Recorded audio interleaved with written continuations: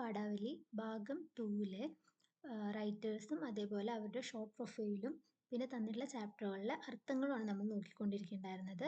അപ്പോൾ അതിൽ ഇന്നത്തെ നമ്മുടെ ലാസ്റ്റ് ക്ലാസ്സാണ്. ഇനി ഇത് കഴിഞ്ഞ് നമ്മൾ നമ്മുടെ കേരള അടിസ്ഥാന പാഠാവലി 10th അടിസ്ഥാന പാഠാവലി പിന്നെ 9th അങ്ങനെ 8th വരെ ഉള്ളത് നമുക്ക് ഈ മെയ് 21 ആവുന്നതിന് മുമ്പ് തീർക്കാമെന്ന് ഞാൻ വിചാരിക്കുന്നുണ്ട്. അപ്പോൾ നമുക്ക് ആദ്യം ഇതുവരെ നമ്മൾ നോക്കിയിട്ടുള്ള കാര്യങ്ങൾ ഒന്ന് ഓടിച്ച് നോക്കാം. അപ്പോൾ അതിൽ നമ്മൾ ആദ്യം നോക്കിയിട്ടുണ്ടായിരുന്നത് ഫസ്റ്റ് ചാപ്റ്റർ ആയിട്ടുള്ള പ്രലോഭനം, സംഘർഷങ്ങൾ സങ്കീർത്തനങ്ങൾ എന്ന പാഠഭാഗത്തിലെ പ്രലോഭനം, യുദ്ധത്തിന്റെ പരിണാമം, ആത്മാവിന്റെ വെളിപ്പാടുകൾ, ഇത്രയും പോർഷനാണ് ആദ്യത്തെ 3 ചാപ്റ്റർ ഉണ്ടായിരുന്നത്. അത് കഴിഞ്ഞിട്ടുണ്ടായിരുന്നത് അക്കർമാസി, ഞാൻ കഥാകാരനായ കഥ, അശ്വമേധം, ഇത്രയും കൃതികളായിരുന്നു.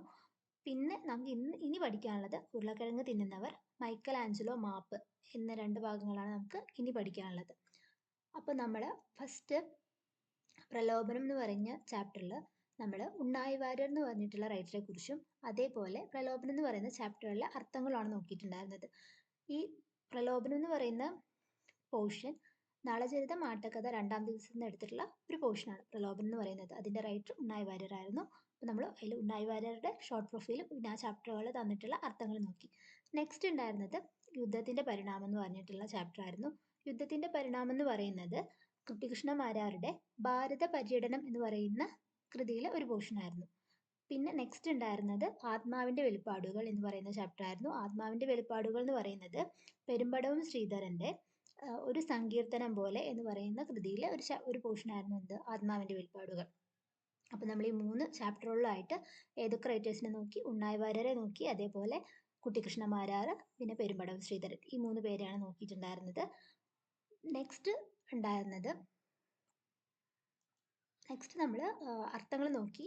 അത് കഴിഞ്ഞിട്ട് അടുത്ത പോർഷൻസ് ആയിട്ടുള്ള അക്കർമാസി, ഞാൻ കഥാകാരനായ കഥ, അശ്വമേധം, ഇത്രയും ചാപ്റ്റേഴ്സാണ് നോക്കിയിട്ടുണ്ടായിരുന്നത്. ഈ അക്കർമാസി എന്ന് പറയുന്നത് ആരുടെ കൃതിയായിരുന്നു? അത് ശരൺകുമാർ ലിംബാളയുടെ കൃതിയായിരുന്നു അക്കർമാസി എന്ന് പറയുന്നത്. ഇത് മലയാളത്തിലേക്ക് വിവർത്തനം ചെയ്തത് കാളിയത്ത് ദാമോദരൻ എന്ന് പറഞ്ഞിട്ടുള്ള റൈറ്ററാണ്. ഈ അക്കർമാസി എന്ന് പറയുന്ന കൃതിയുടെ റൈറ്ററും അതേപോലെ അവരുടെ കൃതിയുടെ റൈറ്ററുടെ ഷോർട്ട് പ്രൊഫൈലും അതേപോലെ ആ ചാപ്റ്ററിലെ അർത്ഥങ്ങളും നമ്മൾ നോക്കി. നെക്സ്റ്റ് നമ്മൾ നോക്കിയിട്ടുണ്ടായിരുന്നത് ഞാൻ കഥാകാരനായ കഥ എന്ന് പറയുന്ന SKയുടെ ഒരു പോർഷനാണ്. SK എഴുതിയിട്ടുള്ള ഒരു പോർഷനാണ് ഞാൻ കഥാകാരനായ കഥ എന്ന് പറയുന്നത്. ആ ചാപ്റ്ററിലെ അർത്ഥങ്ങൾ നോക്കി. അത് കഴിഞ്ഞ് നോക്കിയിട്ടുണ്ടായിരുന്നത് അശ്വമേധമായിരുന്നു. അശ്വമേധം എന്ന് പറയുന്നത് വയലാർ രാമവർമ്മയുടെ മുളങ്കാട് എന്ന് പറയുന്ന കൃതിയിലെ ഒരു പോർഷൻ ആയിരുന്നു. അപ്പം നമ്മൾ വയലാർ രാമവർമ്മയുടെ ഷോർട്ട് പ്രൊഫൈലും അതേപോലെ അശ്വമേധം എന്ന് പറയുന്ന ചാപ്റ്ററിലെ അർത്ഥങ്ങളും നോക്കി. ഇനി നമുക്ക് നെക്സ്റ്റ് നോക്കാനുള്ളത് കലകൾ കാവ്യങ്ങൾ എന്ന് പറയുന്ന ഭാഗത്ത് വന്നിട്ടുള്ള 2 ചാപ്റ്ററുകളായിട്ടുള്ള ഉരുളക്കിഴങ്ങ് തിന്നുന്നവർ, മൈക്കൽ ആഞ്ചലോ മാപ്പ്, ഈ 2 പോർഷൻസ് ആണ് നോക്കാനുള്ളത്. അപ്പോൾ അത് നമുക്ക് ഇന്ന് നോക്കാം. ഇതിൽ ഉരുളക്കിഴങ്ങ് തിന്നുന്നവർ എന്ന് പറയുന്നത് സുഭാഷ് ചന്ദ്രന്റെ പറുദീസ നഷ്ടം എന്ന് പറയുന്ന കൃതിയിലെ ഒരു പോർഷനാണ്. അത് കഴിഞ്ഞ് നെക്സ്റ്റ് നമുക്ക് നോക്കാനുള്ളത്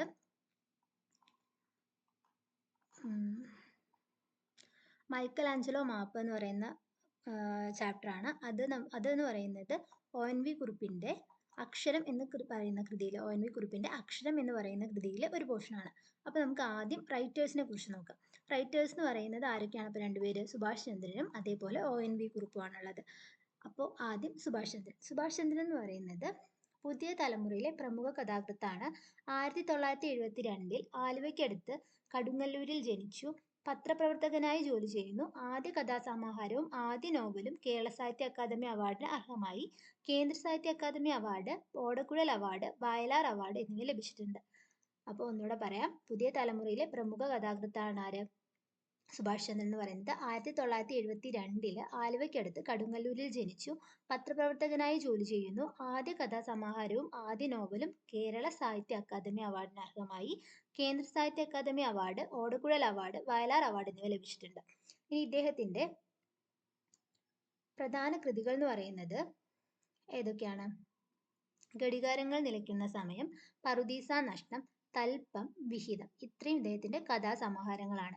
മനുഷ്യനൊരു ആമുഖം എന്ന് പറയുന്നത് ഇദ്ദേഹത്തിന്റെ നോവലാണ്. അപ്പോൾ ഒന്നുകൂടെ പറയാം. ഘടികാരങ്ങൾ നിലയ്ക്കുന്ന സമയം, പറുദീസ നഷ്ടം, തൽപ്പം, വിഹിതം, ഇത്രയും കഥാസമാഹാരങ്ങളാണ്. മനുഷ്യനൊരു ആമുഖം എന്ന് പറയുന്നത് ഇദ്ദേഹത്തിന്റെ നോവലാണ്. അപ്പോൾ ഇതിൽ കേരള കേന്ദ്ര സാഹിത്യ അക്കാദമി അവാർഡും അതേപോലെ ആദ്യത്തെ ആദ്യ കഥാസമാഹാരത്തിനും ആദ്യ നോവലിനും കേരള സാഹിത്യ അക്കാദമി അവാർഡ് ലഭിച്ചിട്ടുണ്ട് എന്ന് പറഞ്ഞു. അപ്പോൾ ഇദ്ദേഹത്തിന്റെ ആദ്യ ചെറുകഥാ സമാഹാരമാണ് ഇത്, ഘടികാരങ്ങൾ നിലയ്ക്കുന്ന സമയം എന്ന് പറയുന്നത്. അതേപോലെ ആദ്യ നോവൽ എന്ന് പറയുന്നത് മനുഷ്യന്റെ രാമുഖമാണ്. ഈ രണ്ട് കൃതികൾക്കും, അതായത് ഫസ്റ്റ് കഥാസമാഹാരത്തിനും ഫസ്റ്റ് നോവലിനും കേരള സാഹിത്യ അക്കാദമി അവാർഡ് ലഭിച്ചിട്ടുണ്ട്. കൂടാതെ ഓടക്കുഴൽ പുരസ്കാരം, അതേപോലെ കേന്ദ്ര സാഹിത്യ അക്കാദമി പുരസ്കാരം, ഇത് രണ്ടും മനുഷ്യന്റെ രാമുഖം എന്ന് പറയുന്ന കൃതിക്ക് ലഭിച്ചിട്ടുണ്ട്. ഓക്കെ അല്ലേ? അപ്പൊ എന്തൊക്കെയാണ് മനുഷ്യന്റെ രാമുഖം എന്ന് പറയുന്ന കൃതിക്ക് ലഭിച്ചിട്ടുള്ള അവാർഡുകൾ ആണ് ഇതൊക്കെ? കേരള സാഹിത്യ അക്കാദമി അവാർഡ് ലഭിച്ചിട്ടുണ്ട്, അതേപോലെ ഓടക്കുഴൽ പുരസ്കാരം ലഭിച്ചിട്ടുണ്ട്, കേന്ദ്ര സാഹിത്യ അക്കാദമി പുരസ്കാരം ലഭിച്ചിട്ടുള്ള നോവലാണ് ഏത്? സുഭാഷ് ചന്ദ്രന്റെ മനുഷ്യന്റെ രാമുഖം എന്ന് പറയുന്നത്. ഘടികാരങ്ങൾ നിലയ്ക്കുന്ന സമയം എന്ന് പറയുന്ന ചെറുകഥാ സമാഹാരത്തിന് കേരള സാഹിത്യ അക്കാദമി അവാർഡും ലഭിച്ചിട്ടുണ്ട്. ഓക്കെ അല്ലേ? അങ്ങനെയാണെന്നുണ്ടെങ്കിൽ നമുക്കിനി അടുത്ത റൈറ്ററെ നോക്കാം. അടുത്ത റൈറ്റർ എന്ന് പറയുന്നത് ONV കുറുപ്പാണ്.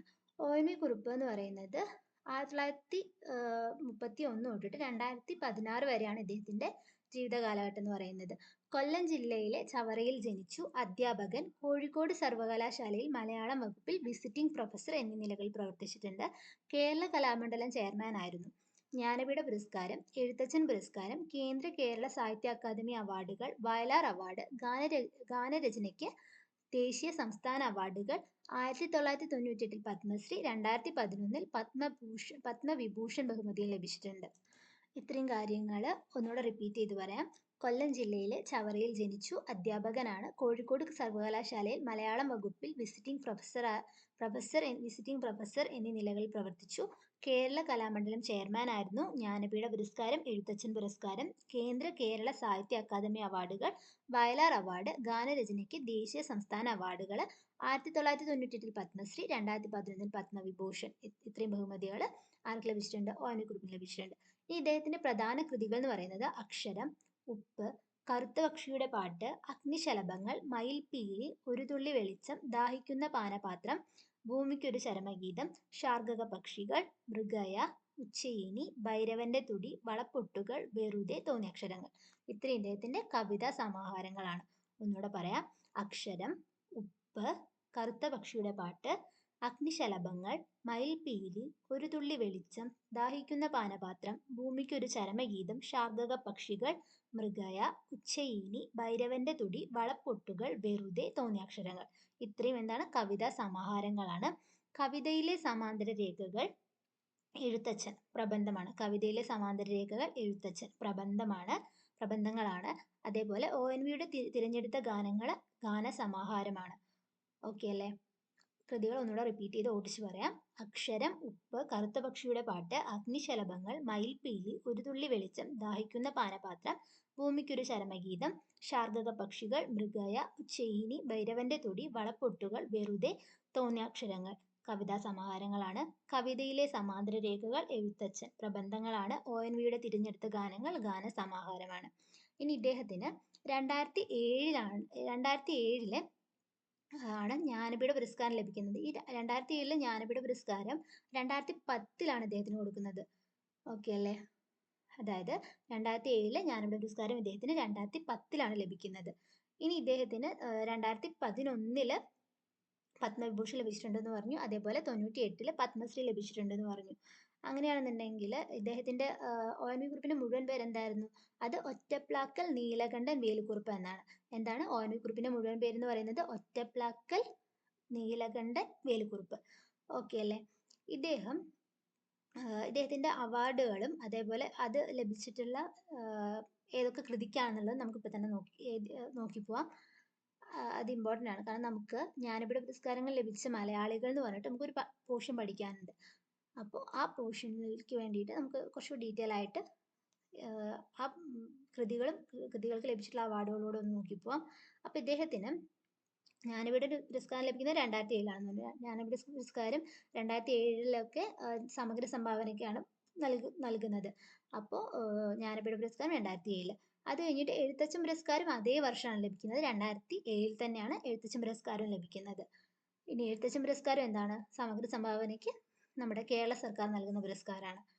അത് കഴിഞ്ഞ് എഴുത്തച്ഛൻ പുരസ്കാരം. എഴുത്തച്ഛൻ പുരസ്കാരം കഴിഞ്ഞിട്ട് കേന്ദ്ര കേരള സാഹിത്യ അക്കാദമി അവാർഡുകൾ ലഭിക്കുന്നുണ്ട് അല്ലേ? ഈ കേന്ദ്ര കേരള സാഹിത്യ അക്കാദമി അവാർഡിൽ കേരള സാഹിത്യ അക്കാദമി അവാർഡ് 1971 അഗ്നിശലഭങ്ങൾ എന്ന് പറയുന്ന കവിതാ സമാഹാരത്തിനും, അതേപോലെ കേന്ദ്ര സാഹിത്യ അക്കാദമി പുരസ്കാരം 1975 അക്ഷരം എന്ന് പറയുന്ന കവിതാ സമാഹാരത്തിനാണ് ലഭിക്കുന്നത്. അപ്പൊ എന്തൊക്കെയാണ്?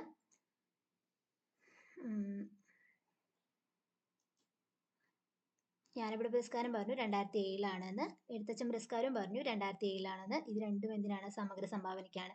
ഇനി കേരള സാഹിത്യ അക്കാദമി അവാർഡ്. കേരള സാഹിത്യ അക്കാദമി അവാർഡ് എന്ന് പറയുന്നത് കേരള സാഹിത്യ അക്കാദമി അവാർഡ് ലഭിക്കുന്നത് ഏത് കൃതിക്കാണ്? അത് അഗ്നിശലഭങ്ങൾ എന്ന് പറയുന്ന കവിതാ സമാഹാരത്തിനാണ്. എപ്പോഴാണ് ലഭിക്കുന്നത്? 1971. അത് കഴിഞ്ഞിട്ട് കേന്ദ്ര സാഹിത്യ അക്കാദമി അവാർഡ് ലഭിക്കുന്നുണ്ട്. കേന്ദ്ര സാഹിത്യ അക്കാദമി അവാർഡ് ലഭിക്കുന്നത് 1975 അത് ഏത് കൃതിക്കായിരുന്നു? അത് അക്ഷരം എന്ന് പറയുന്ന കൃതിക്കായിരുന്നു. ഓക്കെ അല്ലേ? അത് കഴിഞ്ഞിട്ട് ഇദ്ദേഹത്തിന് വയലാർ അവാർഡ് ലഭിച്ചു എന്ന് പറഞ്ഞു അല്ലേ? വയലാർ അവാർഡ് ലഭിക്കുന്നത് ഉപ്പ് എന്ന് പറയുന്ന കൃതിക്കാണ്. വയലാർ അവാർഡ് ലഭിക്കുന്നത് ഉപ്പ് എന്ന് പറഞ്ഞ കൃതിക്കാണ്. അത് 1982 ലഭിക്കുന്നത്. ഇനി ഓടക്കുഴൽ പുരസ്കാരം ലഭിക്കുന്നുണ്ട് കേട്ടോ. ഓടക്കുഴൽ പുരസ്കാരം എന്ന് പറയുന്നത് കിട്ടുന്നത് മൃഗയ എന്ന് പറയുന്ന കവിതാ സമാഹാരത്തിനാണ് എന്ത്? ഓടക്കുഴൽ പുരസ്കാരം ലഭിക്കുന്നത്. അപ്പൊ ഇപ്പൊ എന്തൊക്കെ പറഞ്ഞു? ജ്ഞാനപീഠ പുരസ്കാരം എഴുത്തച്ഛൻ പുരസ്കാരം 2007 സമഗ്ര സംഭാവനയ്ക്ക് എന്ന് പറഞ്ഞു. കേന്ദ്ര സാഹിത്യ അക്കാദമി അവാർഡ് അക്ഷരം എന്ന് പറയുന്ന കവിതാ സമാഹാരത്തിന്, അതേപോലെ കേരള സാഹിത്യ അക്കാദമി അവാർഡ് അഗ്നിശലഭങ്ങൾ എന്ന് പറയുന്ന കവിതാ സമാഹാരത്തിന്, പിന്നെ വയലാർ അവാർഡ് 1982 ഉപ്പ് എന്ന് പറയുന്ന കവിതാ സമാഹാരത്തിന്. പിന്നെ ലഭിച്ചിട്ടുള്ളത് ഓടക്കുഴൽ പുരസ്കാരമാണ്. ഓടക്കുഴൽ പുരസ്കാരം എന്ന് പറയുന്നത് ലഭിച്ചിട്ടുള്ളത് മൃഗയ എന്ന് പറയുന്ന കവിതാ സമാഹാരത്തിനാണ്. ഇനി ഇത് കൂടാതെ മഹാകവി ഉള്ളൂർ പുരസ്കാരം, അതേപോലെ ആശാൻ പുരസ്കാരം ഇതൊക്കെ ലഭിച്ചിട്ടുണ്ട് ആർക്ക്? ONV കുറുപ്പിന്. ഇനി ഇദ്ദേഹത്തിന് ദേശീയ സംസ്ഥാന അവാർഡുകൾ, അതായത് ഗാനരചനയ്ക്കുള്ള ദേശീയ സംസ്ഥാന അവാർഡുകൾ ലഭിച്ചിട്ടുണ്ടെന്ന് പറഞ്ഞു അല്ലേ? ഇതില് വൈശാലി എന്ന് പറയുന്ന സിനിമയിലെ ഗാനത്തിന് 1989 ഇദ്ദേഹത്തിന് ദേശീയ ചലച്ചിത്ര പുരസ്കാരം ലഭിക്കുന്നുണ്ട്. മികച്ച ഗാനരചയിതാവിനുള്ള ദേശീയ ചലച്ചിത്ര പുരസ്കാരം 1989 വൈശാലി എന്ന് പറയുന്ന മൂവിയിലെ ഗാനത്തിന് ലഭിക്കുന്നുണ്ട്. അതേപോലെ കേരള സംസ്ഥാന പുരസ്കാരങ്ങൾ മികച്ച ഗാനരചയിതാവിനുള്ളത് ഒരുപാട് ലഭിച്ചിട്ടുണ്ട്. അതായത് ഏകദേശം 1973 തൊട്ടിട്ട് 2016 വരെ ഏകദേശം എല്ലാ ടൈമിലും ഓരോരോ എന്താ പറയുക, ഓരോരോ ചിത്രങ്ങൾക്ക്, അതായത് ഓരോ ചലച്ചിത്രങ്ങൾക്കും എന്ത് കിട്ടുന്നുണ്ട്? മികച്ച ഗാനരചയിതാവിനുള്ള പുരസ്കാരം ലഭിക്കുന്നുണ്ട്.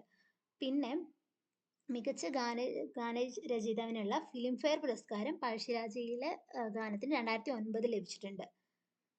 ഓക്കെ അല്ലേ? ഇത്രയാണ് അദ്ദേഹത്തിന്റെ ഇമ്പോർട്ടൻ്റ് ആയിട്ട് ഓർത്ത് വയ്ക്കേണ്ട കാര്യങ്ങൾ എന്ന് പറയുന്നത്.